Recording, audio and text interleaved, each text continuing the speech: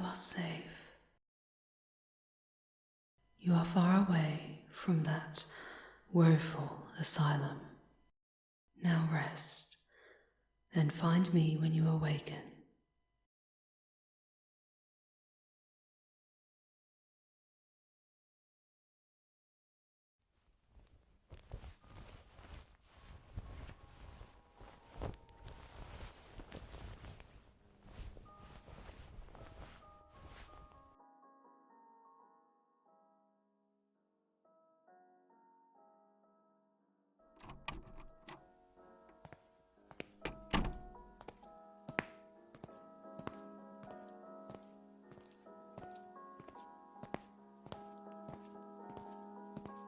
Oh, you're awake. Here, sit down. You still look a little uneasy on your feet. There may be a small amount of the sedative left in your system. Focus your gaze on my hand before you. How many fingers am I holding up? Close enough. Follow the point of my index finger with your eyes. Well, it seems that it's wearing off rather quickly. Good. I will ask the butler to make you some tea to help steady your nerves and bring a light supper to your room later this afternoon. Where are you? Of course. You are safe within the walls of Ashworth Mansion, my private estate. My great-grandfather, Lord Ferdinand Ashworth, founded this town, established the asylum, and built this mansion. I am the sole heir and the last in the Ashworth line.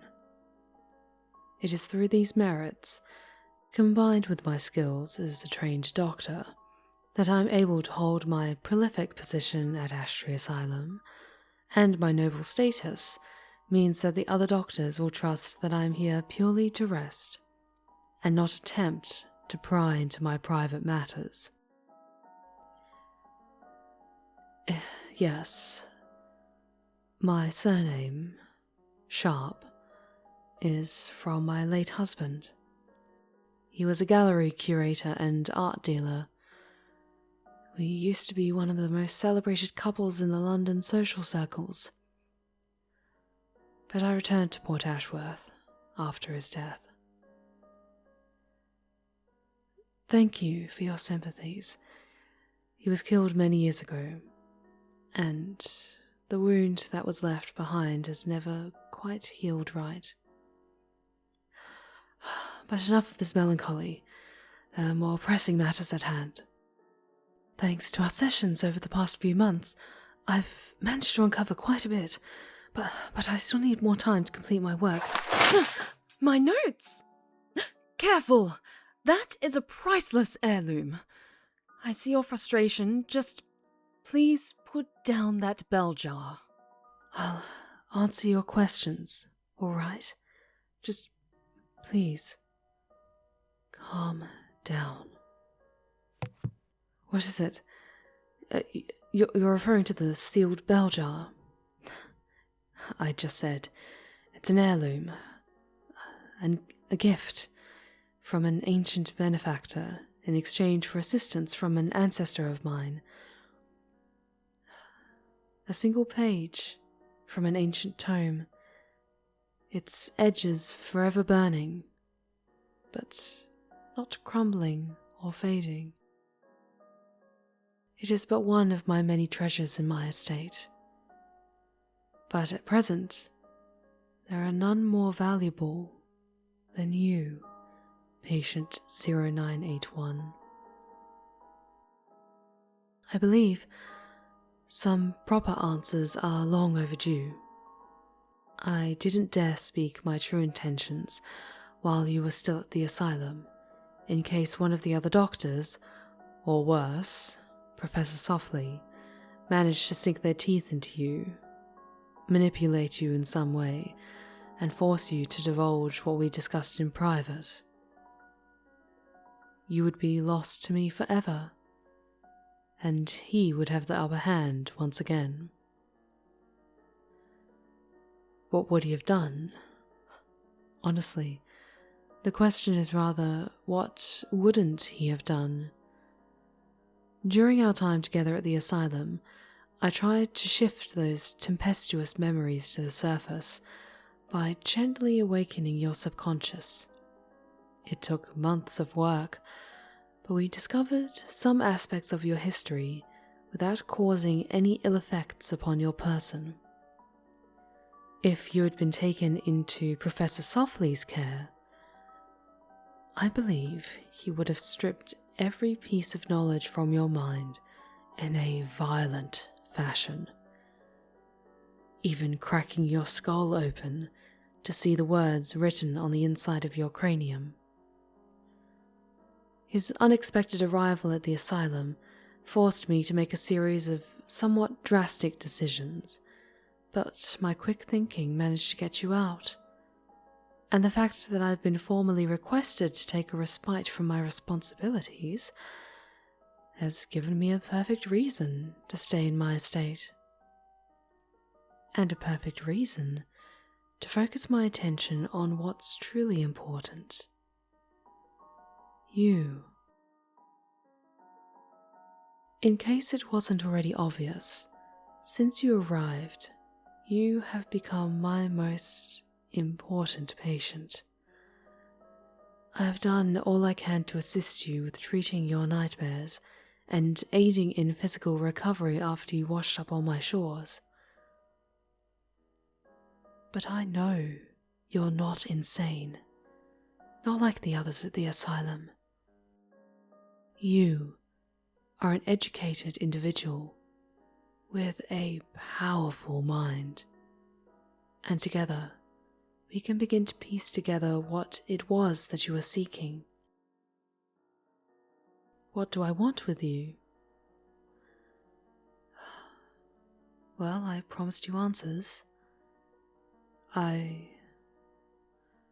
want to know what you saw, what it was you were seeking.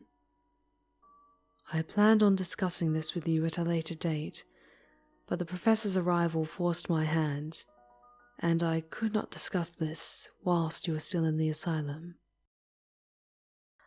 I sincerely apologize that I kept this information from you, but until I managed to get you out of the asylum, I needed to keep you in the dark, to keep you safe.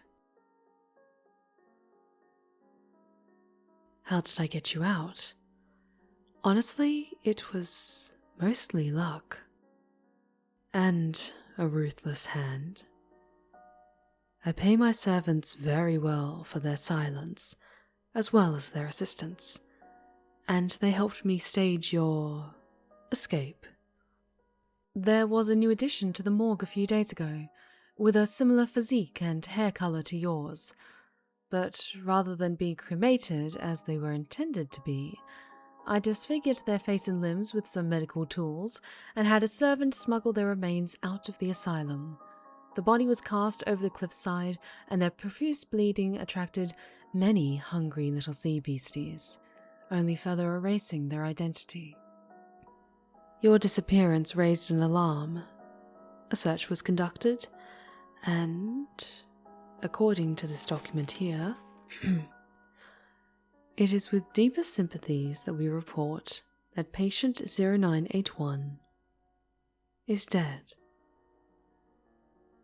The other doctors believed that upon hearing of my mandatory leave of absence, you were overcome with despair and you cast yourself into the sea, like something out of a Gothic novel.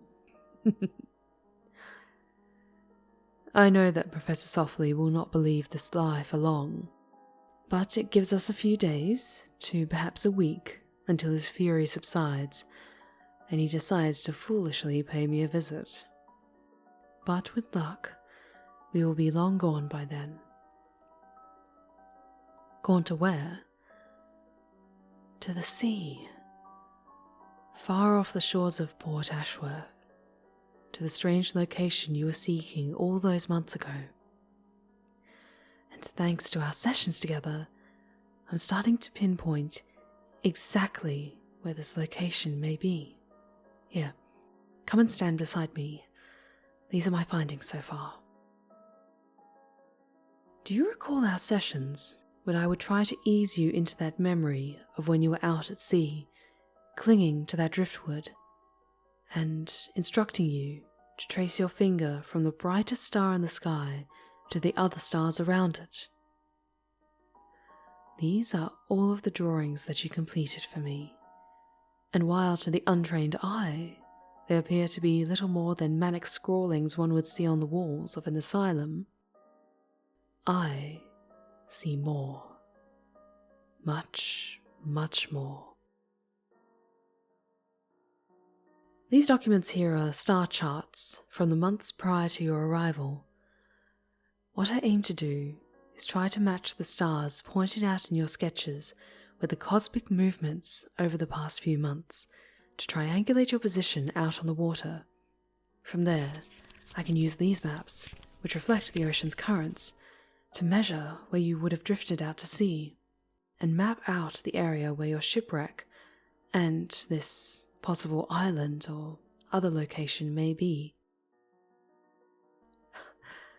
I am very well aware of how difficult this task is. I have spent the past few months since we began our creative sessions trying to narrow down the coordinates. I've already scratched a number of possibilities off the list, but there is still much work ahead of us. Yes, us. I will require your assistance with my investigation, assuming that you still wish to recover your memories and your name. You will stay at my estate, have your own room, and be free to roam as you see fit, so long as you stay inside the mansion itself and don't step outside or onto the grounds. While my own servants are sworn to secrecy, I don't want any curious passers-by catching a glimpse of someone who's supposed to be dead. And while I don't believe that you are clinically insane, you are still prone to violent outbursts, and there is a great deal I am yet to learn about you. You even tried to throw a very valuable artifact at me barely 10 minutes ago. If you show any further violence towards me, I will have the servants lock you in the basement until you compose yourself. Is that understood? Good. So, what do you say, my friend? Shall we get to work? Good. It's a deal then. Now then, how about that tea,